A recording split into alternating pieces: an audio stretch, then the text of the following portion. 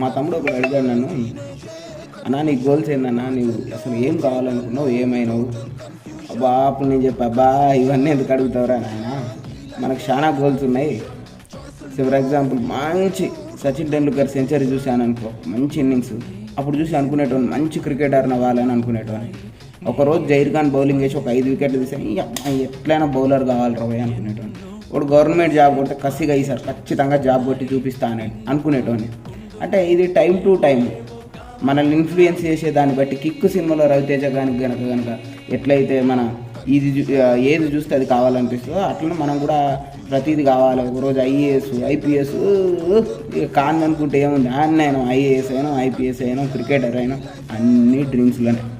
నిజ జీవితంలో ఇప్పుడు అవన్నీ మనం చేయలేం కాబట్టి ఉన్నది తిందాం, ఉన్నంతలో ఉందాం, ఉన్న ఊర్లో ఉందాం, ప్రశాంతంగా పొందాం, గంతే. ఇదే మా గోల్.